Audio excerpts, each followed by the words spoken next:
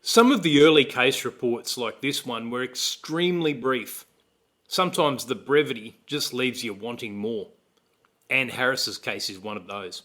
We don't know why, and we don't know exactly how, but Anne Harris was clearly in some sort of a dispute with another woman, and her blood was up.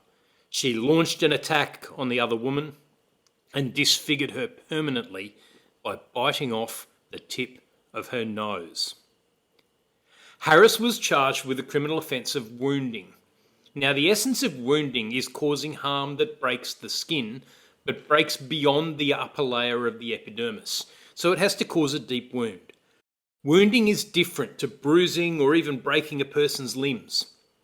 You would think, just on the basis of the description I've given to this point, that biting off the tip of another person's nose will almost certainly be wounding.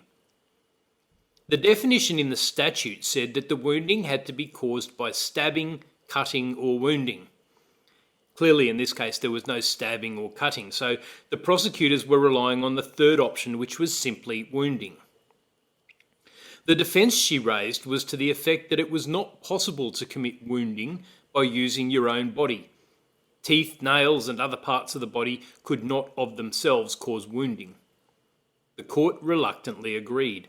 Justice Patterson said, "It was evidently the intention of the legislature, according to the words of the statute, that the wounding should be inflicted with some instrument, and not by the hands or teeth." He is generally understood to have arrived at this conclusion by applying the maxim of statutory interpretation, Noscitur a Sociis. This Latin phrase means known by its associates. The idea is that when establishing the meaning of an ambiguous word, one should examine the words around it which form the context, and prefer an interpretation which is consistent with that context. So in this case, the meaning of the word wounding had to be established by taking as context the words stabbing and cutting. Those are both things that can only be done using tools or instruments. It makes sense then that wounding should have the same limitation.